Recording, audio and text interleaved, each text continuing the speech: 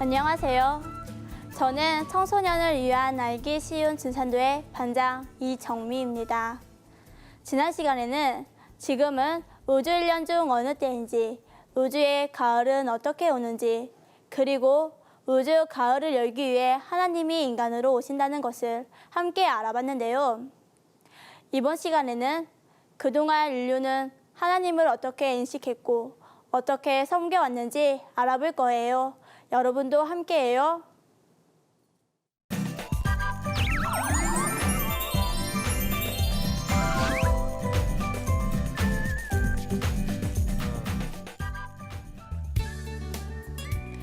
오늘 주제에 대해 도움 말씀 주실 선생님을 모셨습니다. 송영대 선생님이십니다. 여러분 반갑습니다. 안녕하세요. 예, 만나서 반가워요. 저는 송영대라고 합니다. 우선 제 소개를 하겠습니다.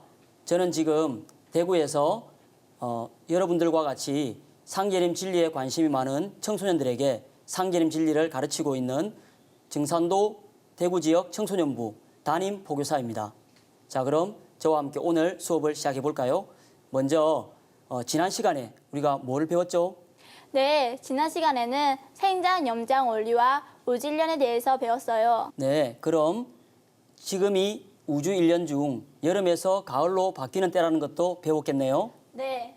예, 그럼 지난 시간에 배운 내용을 다시 한번 정리해보는 시간을 갖도록 하겠습니다. 자, 지난 시간에 김성호 선생님과 함께 우주 이야기를 공부를 하면서 이 우주 대자연은 생장, 염장의 질서로 돌아간다 하는 것을 배웠죠. 그리고 이 생장, 염장의 질서에 따라 지구의 일년은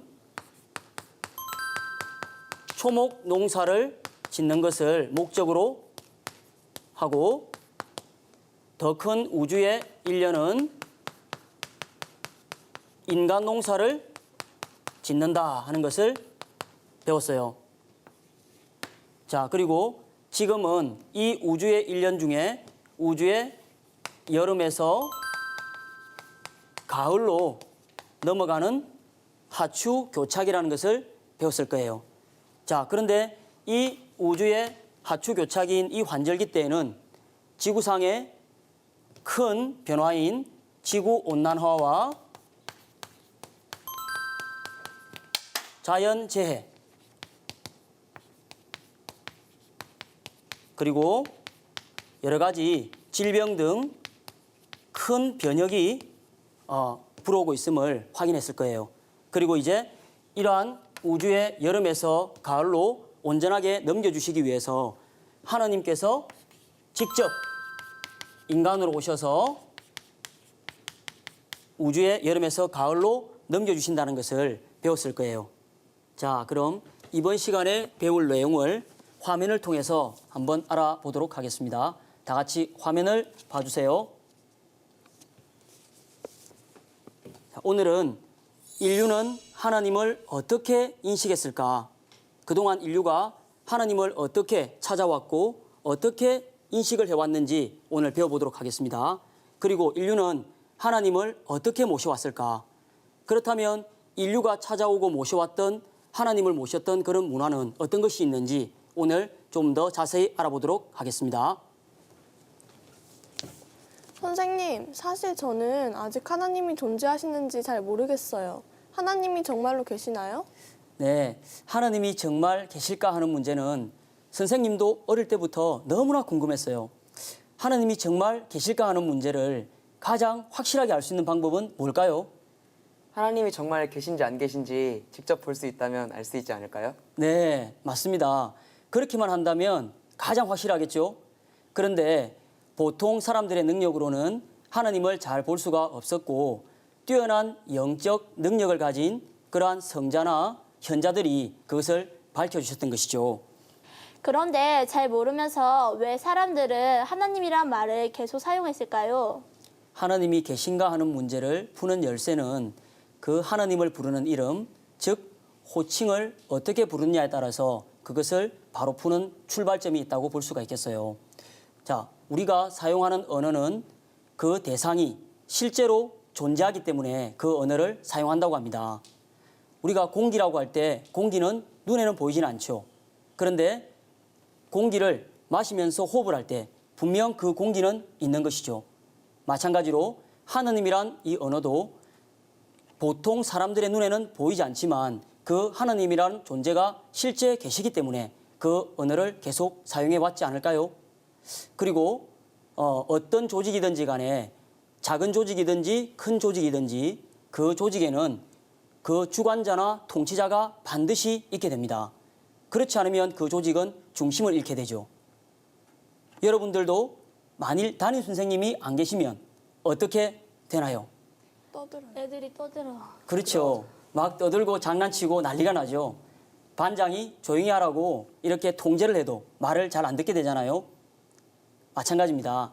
그래서 우리가 집안으로 볼 때는 집안에 누가 구심점 역할을 하시나요?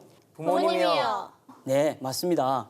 그래서 집안에는 부모님이 계시고 학교에는 교장 선생님이 계시죠. 그리고 회사에는 사장님이 계시고요. 그리고 이 한 나라에는 나라를 통치하시는 그 주관자가 누가 계시나요? 대통령이요. 맞습니다. 이렇듯 작은 단위에서 큰 단위까지 집안에는 부모님이 계시고 한 나라에는 대통령이 계신다면 이 우주에는 이 우주의 장이 계시지 않을까요? 네, 있겠다는 생각이 들어요. 네, 우주에도 장이 있습니다. 그분은 이 우주를 통치하고 관리를 하시겠죠. 제가 아는 사람 중에 누구는 하나님은 형체가 없는 분이라고 하던데요. 그럴까요? 그것은 하나님이 하시는 일이 무엇인지를 명확하게 안다면 잘 알 수가 있을 것 같아요. 제가 비유를 하나 들어보겠습니다. 한 국가를 통치하는 사람을 우리가 대통령이라고 하죠. 그렇다면 대우주를 다스리고 통치하는 분이 바로 하느님이라고 할 수가 있겠어요. 자, 그런데 대통령은 우리나라에서도 보면 청와대라는 곳에서 실제 직무를 보시면서 나라 일을 맡고 계시죠. 그렇다면 이 대우주에도 가장 높은 곳에서 직접 이 만유와 대자연을 맡아서 다스리는 분이 분명히 계시겠죠. 그렇게 이해를 하면 쉬울 것 같아요. 그리고 여기에서 이 하나님에 대한 호칭을 정확하게 알아야 되는 문제가 있는데요. 그동안 하나님을 제대로 이해를 하고 하나님이 어떤 분인가에 대해서 찾고 싶어도 이렇게 서로 다른 호칭으로 부르다 보니 더 혼란이 생기고 올바르게 하나님을 찾지 못했던 그러한 일들이 벌어졌던 것입니다. 그래서 하나님이 어떤 분이신가에 대해서 알려면 하나님에 대한 호칭부터 바르게 알고 찾아야 되는 것이 더욱 중요한 것이죠. 자, 그럼 하나님은 어떤 분인가에 대해서 정산도 경전인 도전에서 밝혀놓으신 성구 하나를 읽고 같이 공부해 보도록 하겠습니다. 다 같이 도전 1편 1장을 펴보시기 바랍니다. 다 펴셨나요? 네. 예, 1편 1장 4절에서 5절까지를 큰 소리로 같이 한번 읽어보겠습니다. 천상의 호천 금골에서 온 우주를 다스리시는 하느님을 동방의 땅에 살아온 조선의 백성들은 가득한 예로부터 삼신상제, 삼신하느님, 상제님이라 불러왔나니 상제는 온 우주의 주재자요 통치자 하느님이니라. 예, 이렇듯 예로부터 우리 민족은 하늘에 계신 그 하느님을 상제님이라고 불러왔던 것입니다. 우주의 주재자에 대한 호칭을 아는 사람 혹시 그 이외에 여러 가지가 있는지 아는 사람 한번 말해보세요. 하나님, 하느님, 상제님, 하늘님 이 정도로 알고 있는데요. 네, 대부분 다 그렇게 알고 있을 거예요. 그 이외에도 천주님이다, 또 신이다, 이러한 호칭도 있죠. 그런데 하나님이라고 할 때는 유일한 절대자, 전지전능한 분 이런 의미가 되겠고요. 그리고 하느님 하면 하늘에 계신 절대자다 이런 뜻이겠죠. 그리고 하눌님 하면 하느님과 비슷한 뜻이겠고요. 그리고 천주님이다라고 할 때는 하늘에 계신 주인이다 이런 뜻이겠죠. 그리고 신이라면 우리가 보통 초월적 존재다 이렇게 알고 있잖아요. 그런데 이렇게 다양한 하느님에 대한 호칭이 있지만 이러한 호칭은 하나님이 실제로 하시는 일과 하나님의 모습을 완전히 다 드러내주지는 못하고 있는 것이에요.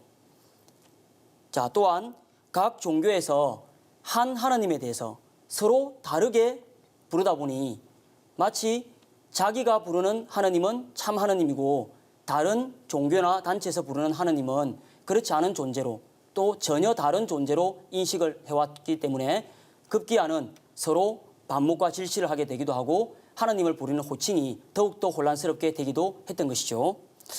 그럼 어떤 호칭을 사용하는 것이 가장 올바른 것인지 알아보겠습니다. 자, 상제님께서 직접 밝혀주신 하나님에 대해서 우리가 다시 한번 도전을 보면서 확인해 보도록 하겠습니다. 2편 16장을 한번 펴주세요.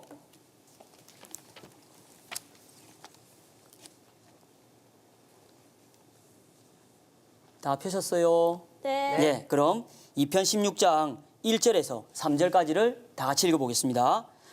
이제 온 천하가 큰 병이 들었나니 내가 삼계 대권을 주재하여 조화로서 천지를 개벽하고 불로 장생의 성경을 건설하려 하노라. 나는 옥황상제니라. 예, 여기에 보면 삼계 대권을 주재하여 하늘과 땅과 인간 세계를 다 맡아서 다스리시는 하느님이신데 이 하느님의 공식 호칭이 바로 옥황상제님이다 라고 되어 있죠. 자, 제가 이 옥황상제에 대해서 제가 직접 쓰면서 한번 설명을 해드리겠습니다.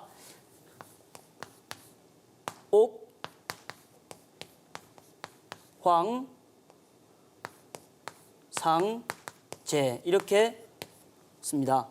이 옥자는요, 천상의 수도를 예로부터 옥경이라고 불러왔어요. 우리가 서울이라고 할 때 서울경자를 쓰죠. 그래서 하늘에 있는 천상의 수도를 옥경이라고 해왔던 것이에요. 그리고 이 황자는요, 임금황도 되지만 거룩하다 이런 뜻이 있습니다. 그리고 이 상자는요, 최상의 가장 높으신 지존하신 이런 뜻이죠. 그리고 이 제자는요, 보통 우리가 임금님 제 또는 하나님 제라고 사용을 합니다. 자, 그러면 이 옥황상제라는 말은요, 천상의 수도 옥경에서 가장 거룩하시고 지존하신 우주의 통치자 하나님을 일컫는 바로 그러한 하나님의 공식 호칭이 되는 것이죠. 그래서 여기에서 이 옥황상제를 줄여서 상제님이라고 불러왔던 것입니다. 자, 그럼 이때 이 제라는 말을 우리가 들어본 적이 있을 텐데요. 어디에서 들어본 적이 있을까요? 황제라고 할 때 들어봤어요. 예, 그렇죠. 이 하늘에 계신 상제님을 원래는 이게 임금님 제라고 보통 알고 있지만 하느님을 나타내는 제자였어요. 그래서 하늘에 상제님이 계심을 알고 그 상제님을 그대로 본받아서 지상을 다스렸던 대행자를 황제라고 불렀던 것이죠. 그래서 이 제자는 바로 우주의 통치자 하나님을 일컫는 말이었던 것입니다. 그런데 상제라는 호칭이 특별히 다른 호칭보다 다른 점이 있나요? 왜 공식 호칭인지 아직 잘 모르겠습니다. 여기에는 인류가 하나님을 제대로 아느냐 모르느냐 하는 아주 중요한 의미가 들어있어요. 자, 다시 한번 상제라는 글자를 보고서 제가 설명을 해드리겠습니다. 자, 이 상제라고 할 때 이 상자는 천상에서 가장 높은 최상의 지존하신이라는 하느님이 실제로 천상의 가장 높은 곳에 계신다는 것을 나타내는 것이죠. 그리고 이 제라고 할 때는 온 우주를 다스리시는 통치자 하느님을 제라고 했는데요. 이때 하늘의 높은 보좌에서 실제로 인격적인 모습을 하시고 온 우주를 다스리고 계시는 하나님의 인격성과 통치성을 가장 잘 나타내는 단어가 바로 이 제인 것입니다. 그래서 하나님의 호칭을 상제라고 할 때만이 하나님의 우주에서 하시는 일과 하나님의 모습을 가장 잘 드러내는 호칭이 되기 때문에 인류가 그동안 무수히 하느님을 찾아왔잖아요. 그런데 어떻게 부르고 찾아야 하느님을 제대로 찾는지를 서로 모르고 궁금했단 말이죠. 그런데 하나님을 제대로 알고 하나님이 갖고 계신 그런 모습과 하나님의 어떠한 그런 하시는 일을 제대로 아는 이 상제라는 호칭을 제대로 찾아야만 하나님을 제대로 만날 수가 있는 그러한 지름길이 되는 것이죠. 자, 우리 민족은 그렇게 하늘의 높은 곳에 인격적인 모습을 하고 온 우주를 다스리고 계시는 상제님을 인류 역사상 가장 먼저 알고 모셔온 그러한 민족입니다. 자, 그 통치자 하느님인 이 상제님은 원래 태고 시절부터 하느님을 표시하는 글자가 있었는데요. 자, 화면을 통해서 한번 확인을 해보겠습니다. 화면 한번 보세요. 고대 갑골문에는 하나님을 나타내는 글자를 좌측에 보이는 이러한 표기로 했다고 합니다.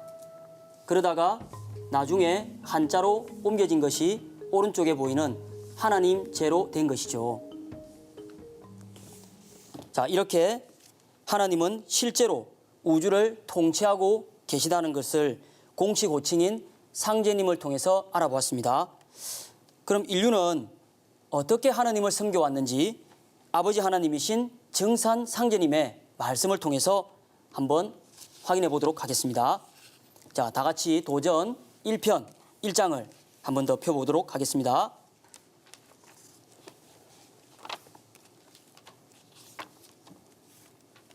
자, 6절만 다 같이 크게 읽어보겠습니다. 동방의 조선은 본래 신교의 종주국으로 상제님과 천지신명을 함께 받들어 온 인류 제사문화의 본고향이니라. 예, 이렇듯이 우리 민족은 예로부터 하늘에 계신 상제님과 그리고 천지신명을 잘 받들어 온 그러한 문화가 있었습니다. 이렇게 우리는 인류가 하늘을 섬겨왔던 그 문화의 본 고향이 바로 우리 민족이었다는 것이죠. 우리나라가 신교의 종주국이라고 하셨는데 신교가 무엇인가요? 예, 신교는 신으로부터 직접 가르침을 받는다라는 뜻이에요. 제가 신교를 한번 적어 보겠습니다. 자, 신교는요,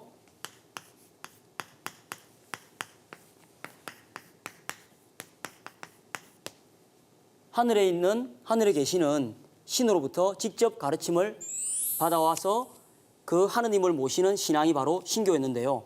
그럼 이때 신은 우리가 인류 역사상 처음으로 하늘에 계신 그런 하느님을 누구라고 아까 알았다 그랬죠? 상제님이라고 알았다 그랬죠? 맞습니다. 그래서 이때 신은 하늘에 계신 상제님으로부터 직접 가르침을 받고 또 상제님을 그렇게 잘 받들어 온 신앙이 바로 신교였던 것입니다. 그래서 이 신교는 인류 모든 종교의 뿌리 종교가 되는 것이고요. 인류 문화의 시원 문화가 바로 신교인 것입니다. 그래서 통일신라 시대에 유명한 최치원 선생도 이 화랑의 기원을 밝히는 이러한 날랑비 서문에서도 이 신교에 대한 이야기를 해놓으신 게 있는데요. 화면을 통해서 한번 확인해 보도록 하겠습니다. 자, 다 같이 화면을 봐주세요. 예, 이 날랑비 서문에는요, 구규, 현묘, 지도, 왈, 풍유라, 신례 포함 삼교하니 이렇게 나오는데요. 자, 여기에는 우리나라에는 현묘한 도가 있으니 말하기를 풍유라 한다. 아주 너무나 오묘하고 신비로운 그런 도가 있더라는 거예요. 그런데 그것을 풍유라고 했는데요. 유불선 삼교를 이 풍류 안에 포함하고 있다. 이렇게 이야기를 해놓으셨어요. 그러면 이 풍류가 유불선 삼교의 어떠한 모태가 되는 그러한 어떤 종교나 신앙이겠죠. 그래서 바로 이 풍류가 곧 신교였던 것입니다. 예, 그래서 이 신교는 모든 종교의 어머니, 바로 뿌리가 되는 그러한 신앙이었고요. 그래서 이 신교에서부터 유불선을 비롯한 모든 종교가 뿌리에서부터 가지 끝까지 쭉 펼쳐져 나가듯이 각 종교로 번져 나갔던 것이라고 볼 수 있겠죠. 그래서 이 신교가 원래 우리의 국교였던 것입니다. 자, 그래서 이 신교는 하늘에 계신 상제님을 알고 상제님을 잘 받들어 모셔온 그러한 신앙이고 또 상제님으로부터 직접 가르침을 받았다 그랬죠.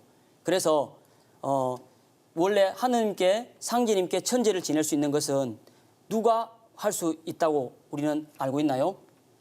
한 나라의 대통령. 네, 대통령, 그렇죠. 통치자겠죠. 그런데 백성들은 이러한 하늘에 계신 상제님을 알고서 또한 상제님과 더불어 이 하늘과 땅에 가득 찬 천지신명과 내 생명의 뿌리라고 볼 수 있는 조상님을 함께 모시는 이러한 신교 문화가 이어져 왔었던 것입니다. 자, 그렇다면 이렇게 하늘에 상제님이 계심을 알고 하늘을 그렇게 지극정성으로 받들어 모셨던 그런 문화가 있었다면 그런 문화의 유적지나 그런 역사적 사건이 있을 수가 있겠나요? 누가 혹시 아는 사람? 학교에서 강화도 마니산에 있는 참성단에서 천제를 지냈다고 들었어요. 네, 소연이가 이야기를 잘해줬어요. 맞습니다.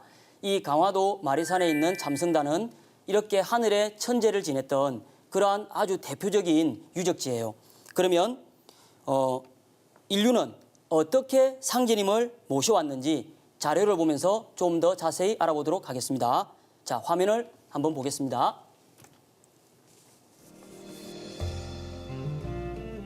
자, 여기는요, 강화도 마리산 바로 참성단입니다. 지금 개천절날 이렇게 하늘에 계신 상제님께 천제를 지내는 모습인데요. 오늘날도 변함없이 저렇게 천제를 지내고 있습니다. 여기는 고조선의 초대 단군 성조께서 직접 명을 내리셔가지고 축조를 하였고 또 단군 성조께서 직접 오셔서 천제를 지냈던 바로 그러한 천제 문화의 가장 오래된 역사를 지닌 유적지라고 볼 수 있겠어요. 그리고 오늘날은 저렇게 나라의 대소사나 정국체전 같은 행사를 할 때 성화를 체화하는 저러한 행사도 하고 있답니다. 그래서 마리산이라고 하면요, 모든 산의 머리가 되는 아주 신성한 그런 산이다라는 뜻이고요. 아주 신비롭게도 백두산과 한라산의 한 중간에 딱 이렇게 있는 산이랍니다. 그리고 이 마리산 참성단은 우리가 하늘을 알고 상제님을 모셔왔던 바로 이 천제 문화의 가장 중요한 예식이 행해졌던 그러한 곳이라고 볼 수 있겠죠. 그리고 이 천제라고 할 때는요, 천제는 하늘에 계신 상제님께 제를 올렸던 가장 거룩하고도 아주 성스러운 그런 제례의식이었어요. 그래서 이 제천단은 바로 상제님께 천제를 지내는 제단이었고 천자만이 유일하게 하늘의 대행자로서 천제를 주관하고 올릴 수 있었던 것입니다. 그리고 천자가 제위에 오를 때도 제일 먼저 했던 것은 하늘에 계신 상제님께 고하는 일이었죠. 그래서 천제를 제일 먼저 지냈고요. 또 나라의 어려운 문제들이 많이 발생을 하면 전쟁이나 가뭄과 같은 이러한 문제가 발생하면 꼭 상제님께 고하고 그러한 문제를 끌어내렸던 문화가 있었습니다. 자, 그럼 이런 문화가 오늘날도 있는지 한번 확인을 해볼까요?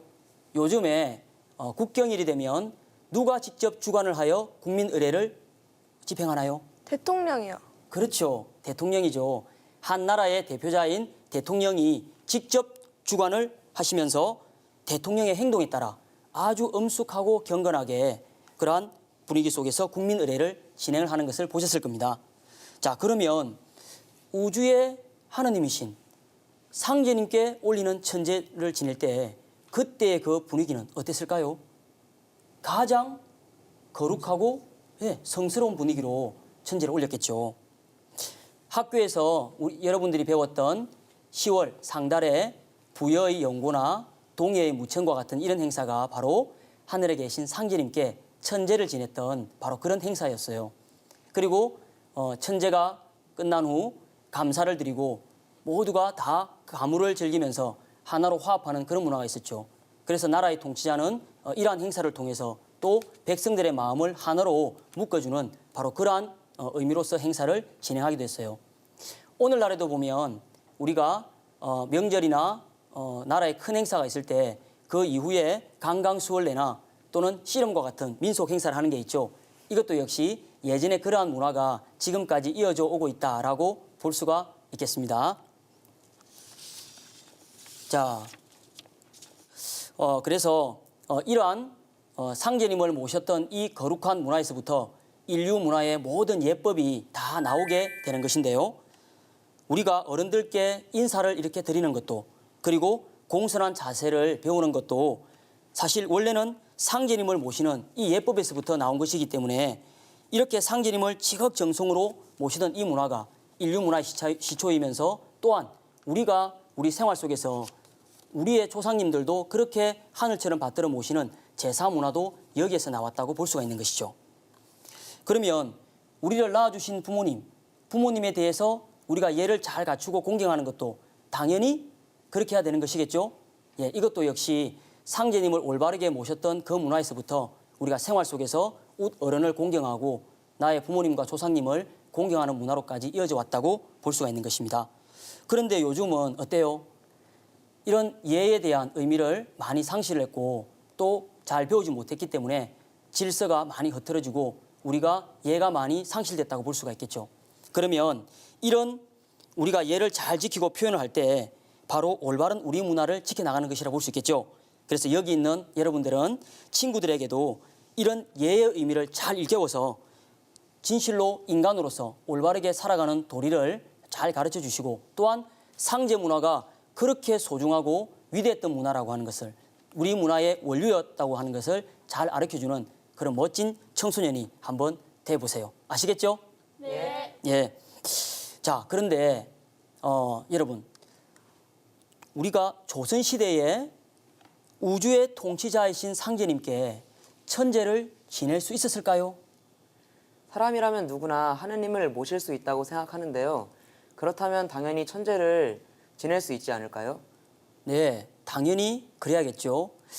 하지만 천제는 아무나 지내는 것이 아니라 황제가 집전을 하고 하늘에 천제를 모신다 그랬잖아요.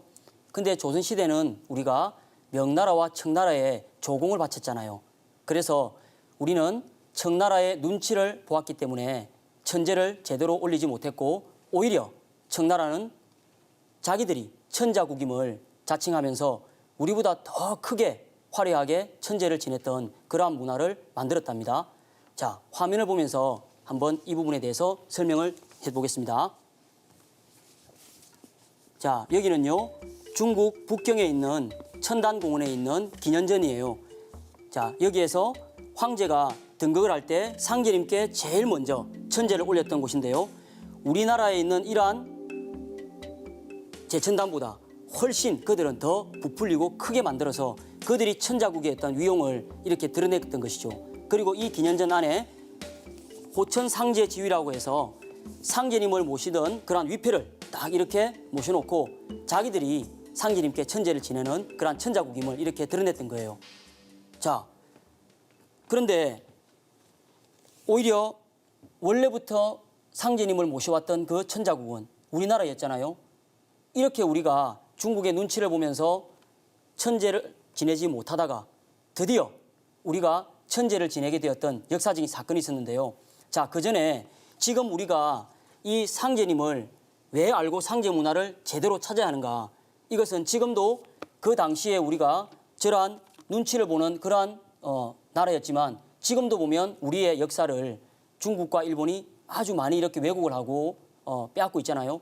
근데 지금 우리 역사의 뿌리에는 누가 계시냐면 바로 이 하늘을 받들어 모셨던 그 중심에 상제님이 계셨던 거예요. 그래서 이렇게 온 우주를 다스리시는 이 하느님을 상제님이라고 알고서 가장 먼저 인류 역사에서 그 상제님을 모셔왔던 민족이 우리였단 말이죠. 근데 이걸 중국은 그걸 알기 때문에 이 상제 문화를 철저하게 그들이 덮어버리려고 했어요. 그리고 일제시대 때는 어떨까요? 이 상제 문화를 허락을 안 해줬겠죠. 그래서 이렇게 위대했던 우리의 상제 문화를 그들이 말살을 이렇게 하기 시작합니다. 그래서 지금 우리가 우리의 뿌리를 제대로 아는 이 문제에 있어서 무엇을 먼저 알고 찾아야 되느냐? 그건 바로 우리 민족의 그러한 근원적인 힘이 되었던 바로 우리 민족의 혼인 이 상제님을 바로 찾아야만 된다는 것이 그 모든 역사의 뿌리를 바로잡고 바로 세우는 가장 첫 출발점이라는 것을 우리가 여기에서만 이렇게 배울 수가 있는 것이죠. 자, 그러면 이제까지 우리가 중국의 눈치를 보면서 천자국이었는데도 천제를 지내지 못하고 있다가 아주 역사적으로 천제를 다시 지내게 됐던 그런 사건이 있었다 그랬죠. 자, 그것은 조금 이따가 말씀을 드리고 자, 우리 어깨를 한번 펴면서 건강에 도움을 주는 수행을 한번 여기서 해보도록 하겠습니다. 오늘도 김미순 선생님께서 수고를 해주시겠는데요. 다 함께 화면을 보면서 김미순 선생님을 한번 불러볼까요? 김미순 선생님, 나와서 알려주세요. 안녕하세요. 정신을 맑히는 수행의 김미순입니다. 성공하는 사람과 실패하는 사람의 차이는 집중력입니다. 그래서 오늘은 집중력을 기르는 나무 동작을 해보겠습니다. 제가 먼저 해보겠습니다. 먼저 두 발을 어깨 넓이로 약간 벌려줍니다. 이 동작은 호흡이 중요하기 때문에 동작과 호흡을 함께 하도록 합니다. 호흡을 들이마시면서 양팔을 들어 올리고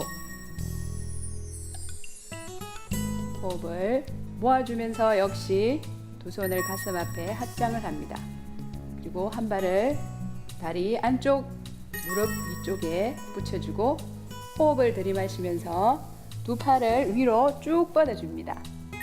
내쉬면서 한 팔을 어깨 높이로 내려주고 다시 들이마시면서 모아줍니다.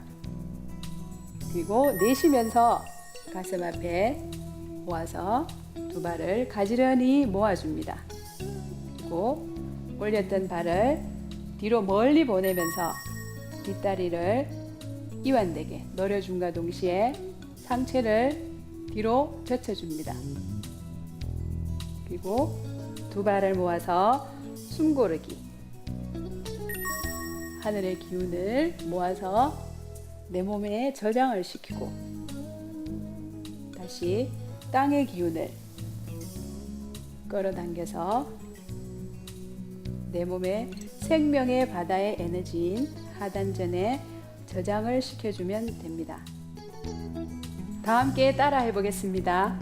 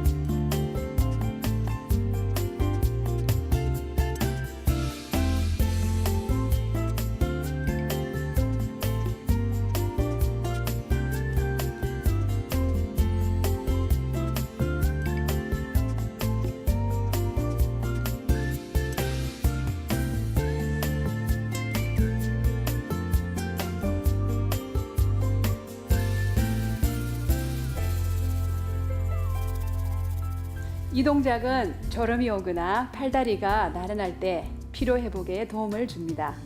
몸과 마음의 안정을 되찾아 무엇이든 할 수 있다는 자신감이 충만해짐을 느끼실 겁니다. 여러분의 꿈을 이루는 좋은 하루 되시기 바랍니다. 예, 여러 차례 수행 동작을 배웠는데요. 수행을 꾸준히 하면 집중력이 향상되어 학업 성적도 올라간다는 그러한 연구 발표가 난 것이 있었어요. 여러분들도 꾸준히 해서 잘 한번 해보세요. 도움이 많이 될 거예요. 알겠죠? 네. 예. 자, 그럼 지금 우리나라의 국호가 무엇이죠? 대한민국이요. 예, 맞습니다. 그럼 이 대한민국이 어디에서부터 유래되었는지 혹시 알아요? 그것까지는 모르겠는데요. 예, 아마 잘 모를 거예요. 우리나라의 공식 명칭인 대한민국의 유래가 대한제국에서 왔답니다. 우리가 조선말, 구한말로 흔히 알고 있는 이 대한제국은요, 1897년부터 나라가 세워지기 시작해서 1910년 한일합방으로 나라가 망하기까지 너무나 짧은 기간 동안 존속을 했기 때문에 아마 잘 몰라서 그럴 겁니다. 자, 그럼 이 대한제국에 대한 설명을 제가 영상을 보면서 또 자세히 말씀을 드리겠습니다.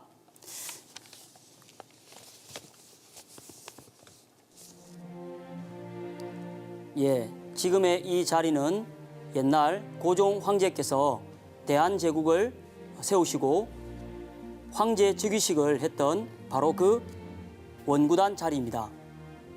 지금 보시는 대로 이렇게 넓은 장소에 하늘에 제를 올릴 수 있는 이러한 단을 중수하시고 황제 즉위식을 거행하고 상제님께 천제를 지냈던 것이죠. 그런데 일제가 이 원구단 자리 중에 환구단이라는 자리를 없애버리고 지금 황궁우라고 하는 이 자리 하나만 남겨놓고 그 환구단 자리에 조선호텔이라고 하는 호텔 건물을 지어버린 거예요.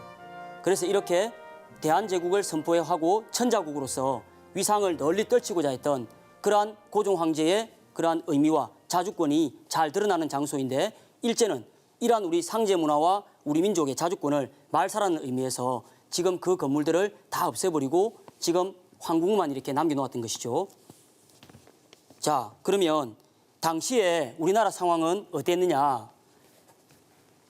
그 당시 구한말 우리 민족은 청나라와 일본과 그리고 러시아와 같은 이러한 서양 열강에 의해서 서양 열강과 그리고 청나라 일본에 의해서 틈새에 끼어서 우리나라는 우리 스스로가 간섭을 받아서 제대로 뭔가를 선택하지도 못했고 또 안으로는 개화파와 수구파가 서로 대립을 해서 많이 혼란스러운 그런 상황이었어요. 그렇기 때문에 고종 황제께서는 이 우리 민족의 자주권을 온 천하에 선포하는 의미로 우리의 혼이 담긴 국호를 대한이라고 이렇게 다시 세우시고 그리고 왕이 아닌 황제의 등극을 하시게 됩니다. 제국이라고 하는 그러한 거대한 천자국을 다시 이렇게 부활시키신 것이죠. 그런데 이 대한제국은 1910년 일제가 우리의 자주권을 강탈을 해버리고 우리가 일제에게 나라를 빼앗기게 되잖아요. 그리고 난 뒤에 완전히 다시 왕의 나라로 전락을 해버리게 된 것이죠. 그래서 이 대한제국은 어떤 의미를 갖느냐. 이 대한제국은 우리 민족이 천자국이다라고 하는 천자국의 위상을 다시 한번 복원시킨 바로 그러한 의미를 갖고 있고요. 또 우리가 우리 스스로 자주권을 회복한 바로 그러한 역사적인 의미를 다시 한번 가질 수가 있는 그러한 사건이었습니다. 그런데 이러한 천자국과 자주권을 일제가 무참히 짓밟아버린 것이죠. 그래서 이 천자국과 자주권을 회복했던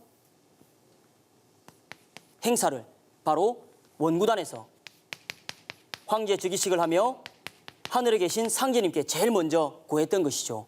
그런데 지금 우리는 일제에 의해서 우리의 역사와 문화가 말살돼 버리니까 이렇게 뛰어난 우리의 상제 문화가 있었다는 것과 대한제국이 언제 있었냐는 것조차도 모르고 살고 있는 바로 이러한 시점에 놓여 있는 것이죠. 그래서 사람들에게 우리의 대한민국, 이 대한이 어디서 왔느냐라고 했을 때 제대로 알 수 있는 사람은 많이 없어요. 왜냐? 이 대한제국이 그렇게 우리의 혼을 밝히고자 했던 그런 나라였었고 이 대한제국으로부터 지금의 대한민국이 이렇게 왔다는 것을 아는 사람은 역사를 잃어버렸기 때문에 그 의미를 제대로 모르고서 다 살아가고 있다는 것이죠.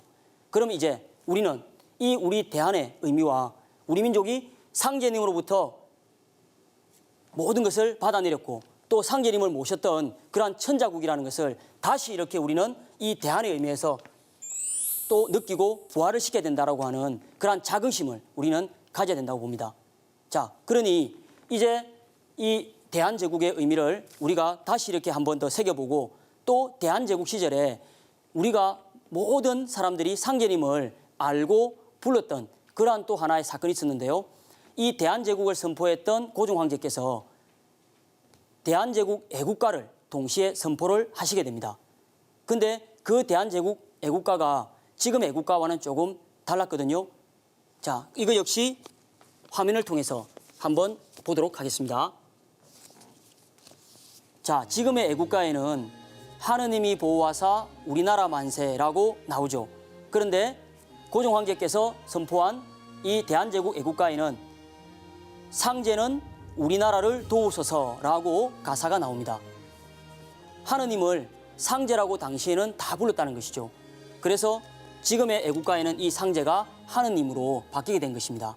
그러면 당시에 고종 황제께서 모든 우리 백성들에게 선포하고 부르게 만들었던 이 애국가에 상제가 나온다면 당시의 모든 백성들은 상제님을 알았을까요? 몰랐을까요? 알았어요. 그럼요. 당연히 다 알고 있었겠죠. 그러니 상제님을 부르고 노래를 했던 것이죠. 이렇듯 그 당시까지만 해도 우리 민족은 누구나가 다 황제로부터 일반 서민, 백성에 이르기까지 다 상제님을 알고 상제님을 모셔왔던 그런 문화가 있었습니다. 그런데 이게 불과 100년도 안 되는 이 시간대에 역사를 잃어버리고 문화를 잃어버려서 이제는 마치 없는 것처럼 다 잃어버려서 모르고 살아가는 것처럼 우리가 그렇게 혼 빠진 민족이 돼버린 것이죠. 그럼 이러한 우리의 천자국의 위상을 이제 다시 부활하고 공부를 해야 하는 곳은 바로 여기 있는 여러분들이 그걸 알고 공부를 해야 되고 이것을 유일하게 찾아주는 곳이 바로 증산도밖에 없다는 자부심을 여러분들은 가지셔야 돼요. 잘 아시겠죠? 네. 예. 그러면 자 이렇게 하나님의 공식 호칭이 상제님이고 인류는 오랫동안 하나님을 모셔왔다는 그런 문화를 알아봤는데요. 자, 그 하나님을 모시고 하나님을 받들어 모셨던 그 문화가 바로 천제였다는 것을 우리가 조금 전에 알아봤습니다. 선생님, 오랫동안 상제님을 하나님의 공식 호칭으로 인식하고 모셔온 우리 민족인데요. 그런데 왜 이렇게 대부분의 사람들이 이것을 모르고 있는 것일까요? 예, 그것은 앞서 이야기한 대로 역사를 잃어버려서 그런 거예요. 그래서 지금 우리가 역사를 바로 찾는 것은 바로 우리 민족의 역사의 혼인 상제님을 바로 알고 바로 찾는 그런 의미가 있는 것이죠. 그래서 이러한 역사의 뿌리를 바로 밝혀주시기 위해서 상제님께서 이 땅에 강세하시는 원리가 바로 거기에 들어있는데요. 이것은 상제님께서 직접 밝혀주신 도전 성구를 통해서 한번 확인을 해보도록 하겠습니다. 자, 1편 1장 한번 펴서요. 8절을 다 같이 한번 읽어보도록 하겠습니다. 자, 1편 1장 8절입니다. 상제님께서 원시 반본의 도로서 인류 역사의 뿌리를 바로잡고 병든 천지를 개벽하여 인간과 신명을 구원하시기 위해 이 땅에 인간으로 강세하시니라. 예, 여기서 보시면 상제님께서는 이 원시 반본의 도로서 인류 역사의 뿌리를 바로잡아 주신다고 하셨죠. 자, 그리고 또 상제님은 지금은 원시 반본하는 시대니라 라고 말씀을 해주신 적이 있습니다. 자, 우리가 우주일련 이야기를 공부를 할 때 지금은 우주의 어느 시절에서 어느 시절로 넘어가는 때라고 그랬나요? 여름에서 가을로 넘어가는 시기요. 그렇죠. 지금 봄, 여름에 길러온 모든 문화와 진액을 거두고 다시 우주의 열매를 맺는 여름에서 가을로 넘어가는 지금 이 하추 교역기에 와 있다고 했죠. 그래서 이때는 이 원시 반본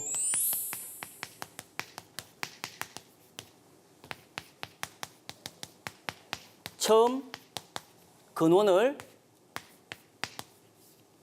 바로잡아서 근본으로 되돌아간다. 그래서 지금은 모든 것이 뿌리를 밝히고 뿌리로 돌아가야만 생명의 열매를 맺을 수 있고 우리가 구하는 참다운 구원을 얻을 수가 있는 것이죠. 그래서 이것은 자연의 원리에서 볼 때도 우주의 가을을 맞이하고 지구의 일련에서도 가을을 맞이하는 절대적인 가을로 돌아가는 원리가 되는 것이죠.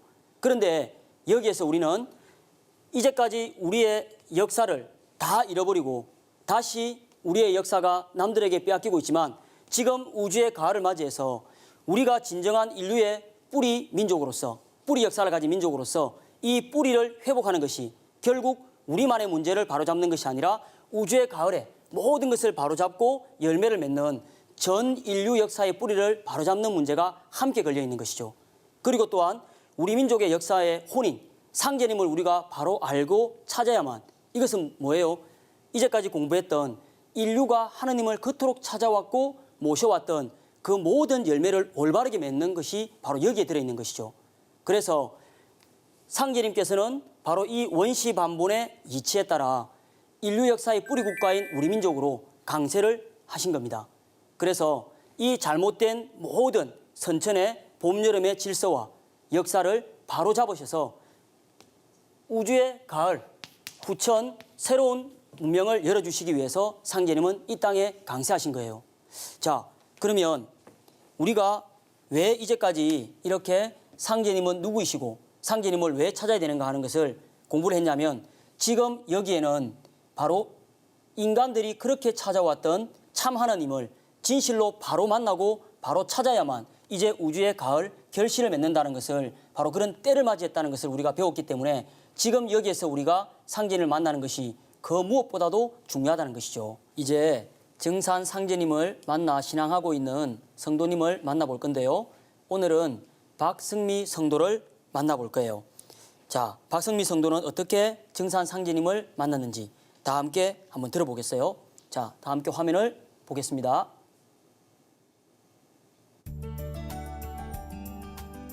안녕하세요. 저는 부산 경남 지역 대학생 포교부에서 포교사로 봉직하고 있는 박승미 신도입니다.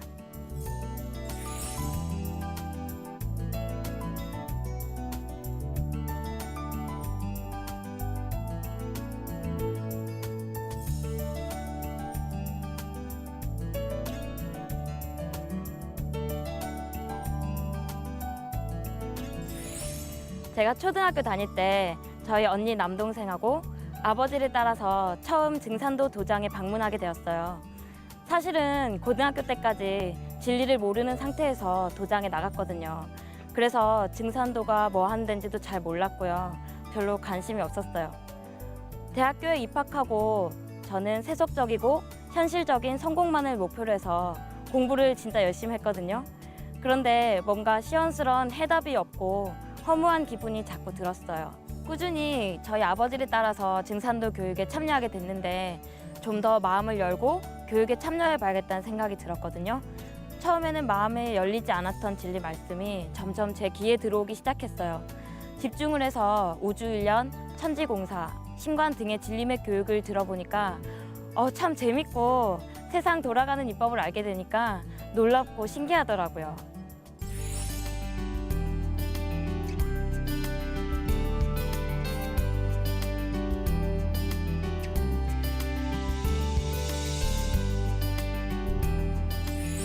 세속적이고 저밖에 몰랐던 제가 신앙을 하면서 많이 달라지게 돼서 너무나 좋습니다. 저는 세상을 살면서 저만 잘하면 된다고 생각을 했거든요. 증산도 도전에 선천인간 중에 천지의 홍은을 갚은 사람이 없느니라 하신 상제님 말씀이 있는데 처음 그 말씀을 듣고 충격을 받았어요. 아, 내가 너무 은혜를 모르고 살았구나 하는 그런 생각이 들었거든요. 제가 자연이치를 공부하면서 천지, 그리고 저희 부모님, 그리고 저희 조상님 모든 것을 당연하게 여겼던 제 자신이 부끄러웠고 진짜 항상 감사하다는 마음을 가지고 살아야겠다고 생각하게 되었습니다. 세상에서는 어디에서도 사람으로서 배워야 할 가르침을 제대로 가르쳐주는 곳이 없었습니다. 증산도를 공부하면 사람다운 사람으로 다시 태어날 수 있다고 저는 생각합니다.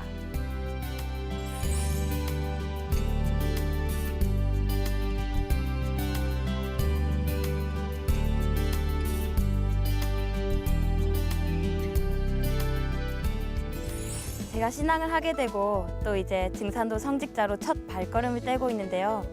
결코 우연으로 이 자리까지 오게 되었다고 생각하지 않습니다. 보이지 않는 곳에서 저희 조상님과 천지 부모님, 또 저를 항상 바른 길로 이끌어 주시는 아버지께서 기도해 주셨기 때문이라고 생각합니다. 아버지와 저희 삼남매가 함께 신앙하면서 함께 도담을 나누고 가족이 한 방향을 바라보며 갈 수 있다는 사실이 저는 너무나 행복하고 참 든든합니다. 후천 문화를 열어나가는 역사적인 순간에 제가 참여할 수 있게 되어 참 기쁩니다.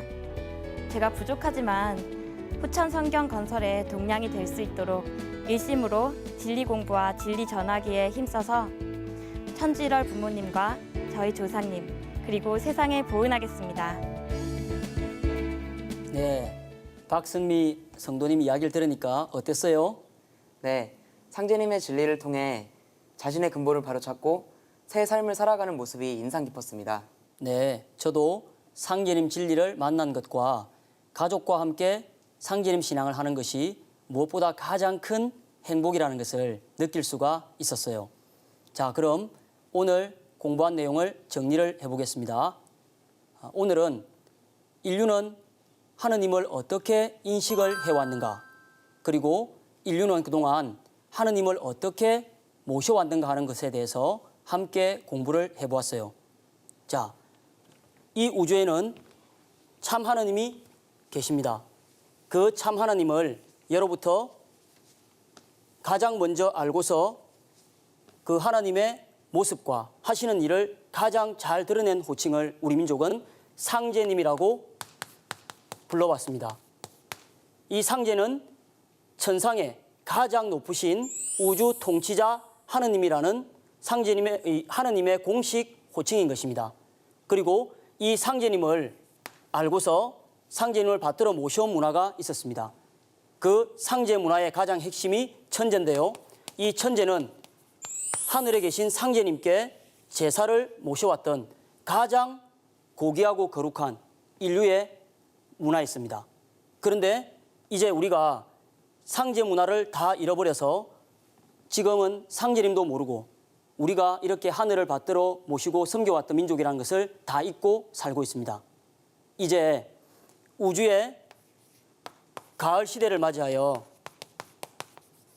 원시로 반본하는 이 이치에 따라 인류 역사의 뿌리를 밝혀주고 인류의 모든 잘못된 질서를 바로잡아서 새 우주의 가을 시대로 넘겨주시기 위해 상제님께서 이 땅에 강세하신다는 것을 배웠습니다.